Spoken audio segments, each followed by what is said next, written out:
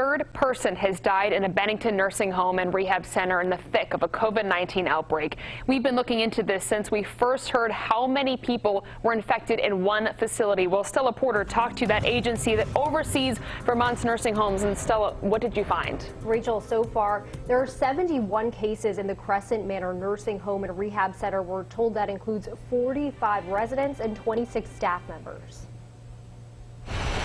The outbreak comes as the Centers for Medicare and Medicaid Services, a federal agency which sets nursing home guidance, has relaxed visitation at facilities nationwide.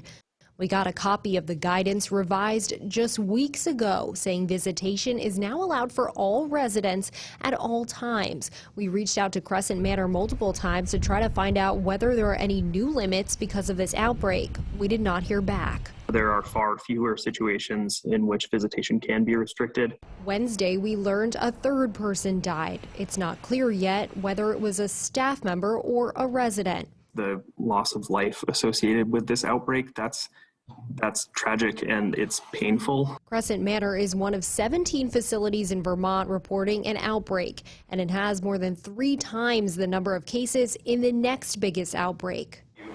We've had great uptake. Will Fritsch is the Director of Operations for Vermont's Department of Disabilities, Aging, and Independent Living.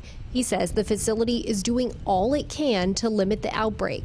The morbidity and mortality we're seeing now could be worse had this facility not done all of the work that they're doing to access things like vaccination and boosters, and specifically here monoclonal antibody therapies.